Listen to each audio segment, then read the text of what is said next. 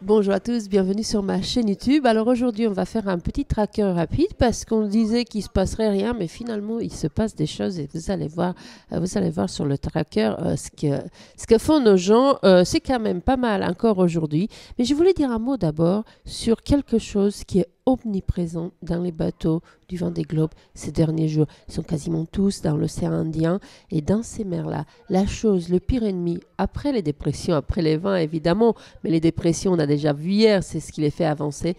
Mais la chose qui ronge les os, qui ronge le moral, qui ronge jusqu'à l'intérieur, qui s'infiltre dans les habits, qui s'infiltre dans les sacs de couchage, qui s'infiltre à l'intérieur des âmes même, c'est l'humidité. Vous savez, les bateaux, ils goûtent dans ces mers du Sud, ils goûtent et dites-vous bien que ce n'est pas la même humidité que celle que j'ai moi ici sous les tropiques, mais c'est une humidité froide, givrée. C'est cette chose-là qui est partout dans le bateau.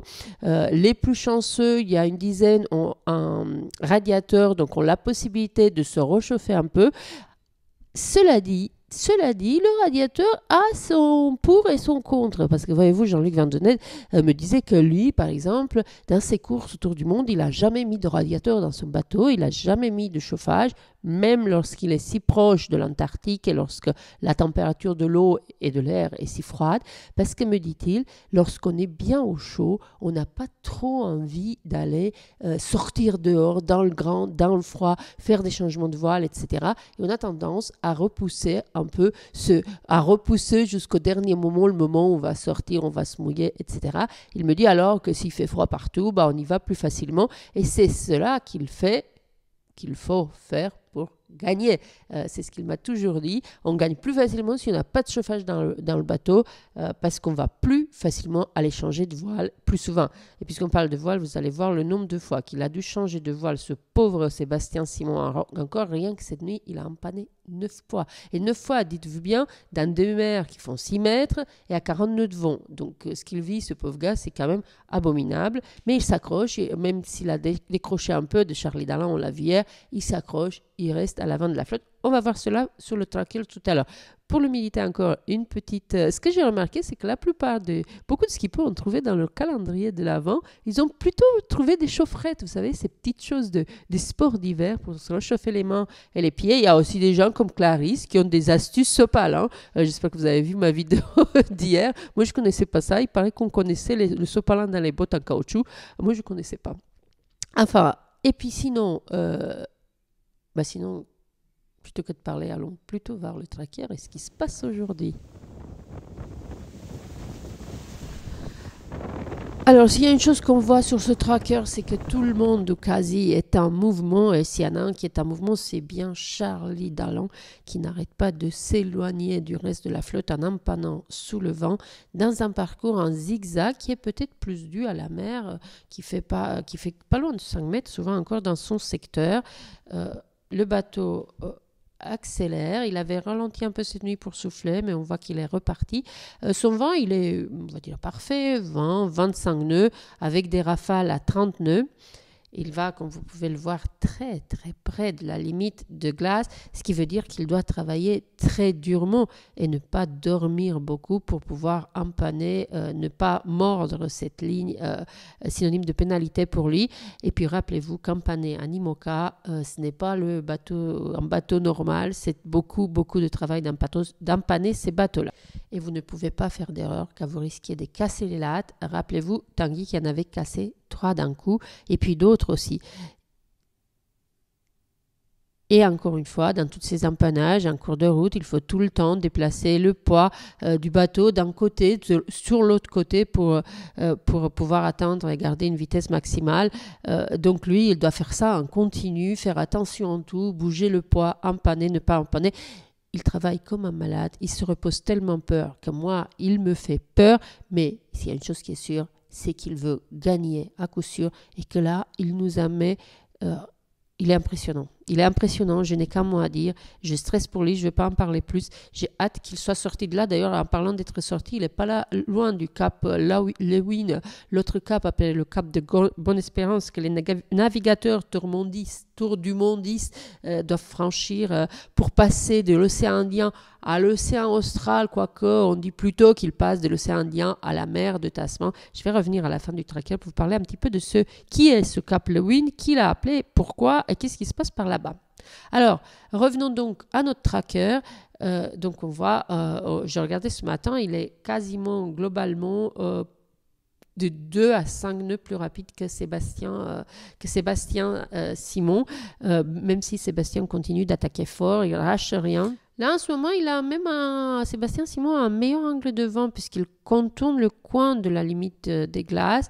Alors lui aussi, il va recommencer à empanner. Il avait déjà pas mal empanné ce nuit, enfin, il fait qu'empanner.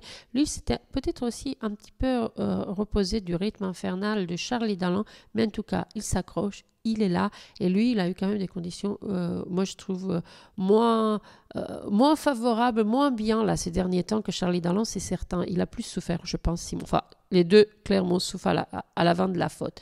Souffre, pas souffle à l'avant de la flotte.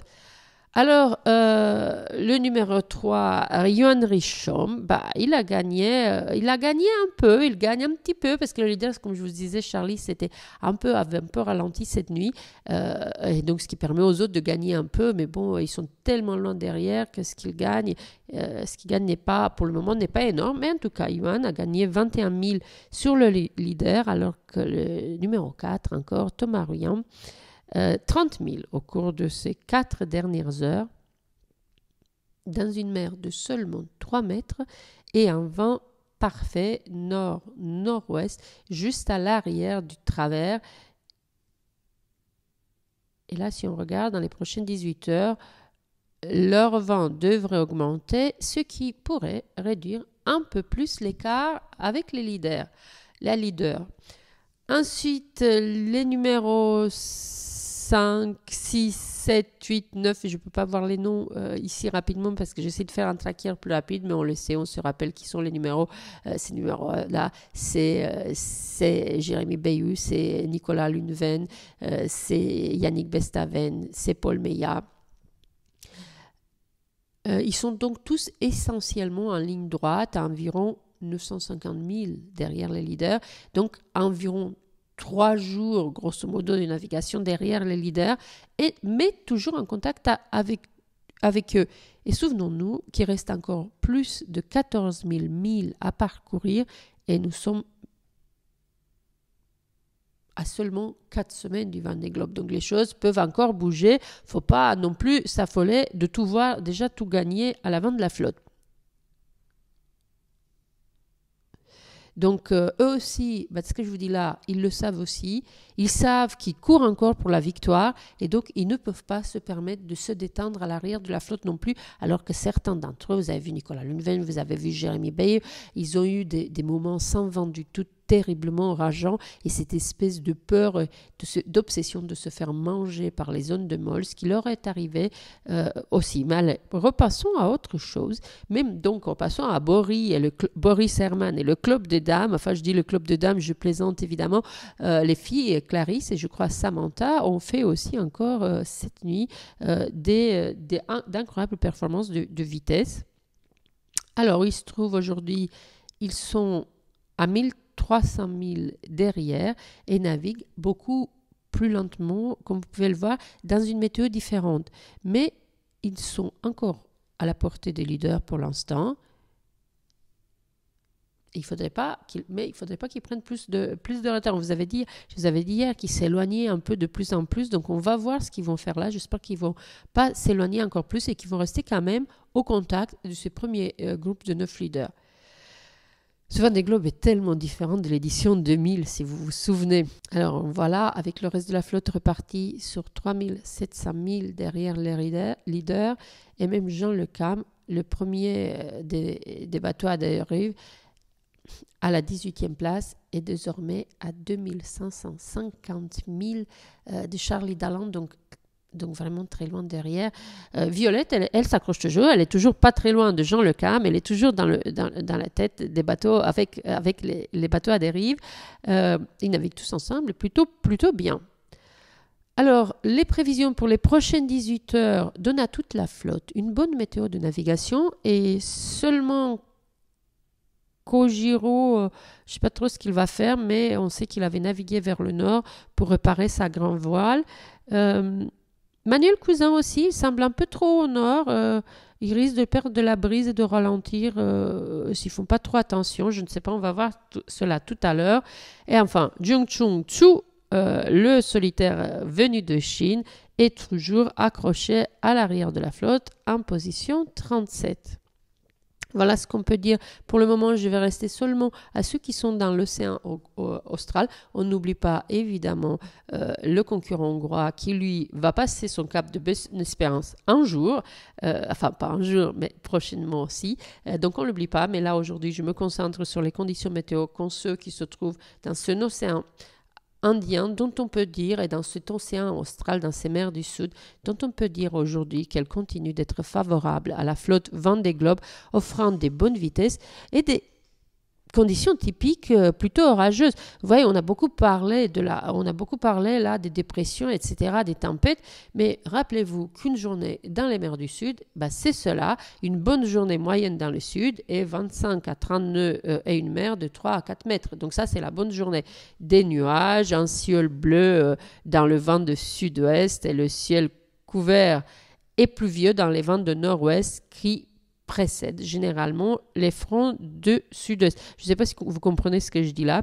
Je vais peut-être détailler une autre fois parce que je ne vais pas faire un tracker trop long, mais en tout cas, sachez que la météo qu'ils ont là est tout à fait la météo des mers du Sud, comme je le disais hier, ce qui fait leur beauté, leur dangerosité et ce qui fait de nos skippers du Vendée Globe des héros, n'est-ce pas? Alors, juste un mot, parce que d'ici à ce que je fasse l'autre tracker demain matin, je ne sais pas si je peux le faire, je vais essayer, mais je voyage demain, donc je vais essayer de le faire. En tout cas, dans les prochaines 24 heures, je pense que Charlie Dalland va franchir le cap Lewin, qui n'a pas la même histoire que le cap de Bonne-Espérance, il n'a pas été témoin des naufrages tragiques. Il ne fait que marquer la sortie de l'océan Indien et l'entrée dans l'océan austral, encore que cette caractéristique lui soit un peu contextée. On a dit même qu'on a élevé au titre de Grand Cap ce promoteur, en fait plutôt pour rendre hommage à l'Australie et à sa marine, qui est avec la marine néo-zélandaise souvent sollicitée par les concurrents, tout concurrent et tout navigateur en difficulté dans l'immensité de l'océan austral. Ce sont eux qui interviennent en cas de sauvetage. D'où son nom. Allez, allons-y plus vite. Alors, je fais le tableau. Je n'ai pas l'image qui va avec. Je n'ai pas l'image sombre qui va avec dans les vidéos du Vendée Globe d'aujourd'hui. Nous sommes en 1622. Le galion hollandais Lewin rebondit dans l'océan Antarctique, les vents des 40e rugissant dans son dos. Enfin, son équipage aperçoit le littoral accidenté de l'Australie occidentale, mais ils sont beaucoup plus au sud que prévu. Par accident, ils deviennent donc les premiers Européens à voir le coin sud-ouest du continent australien. Ils l'appelleront, semble-t-il, les Lyons Land.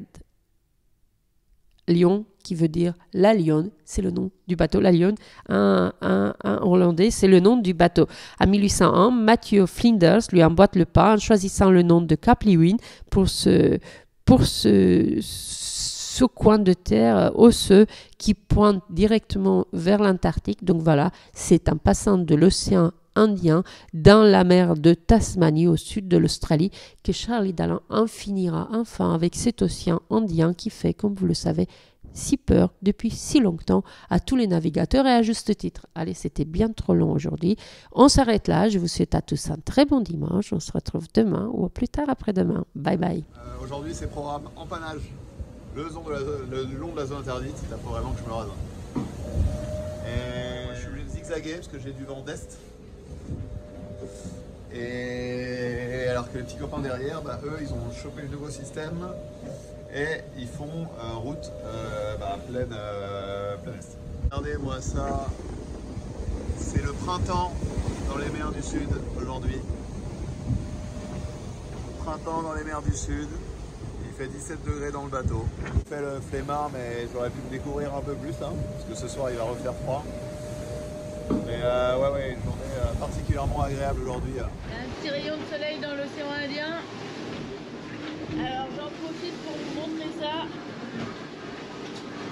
Là je navigue en arrière d'une dépression qui est costaud avec une mer vraiment difficile. Donc il faut jouer la patience, pas aller trop vite, pas rentrer dedans, la contourner tranquillement. Pas facile l'océan Indien, hein. Ça s'est calmé un petit peu et j'ai fait un petit atelier pancake. Ça va être une bonne salade. C'est pas mal, hein.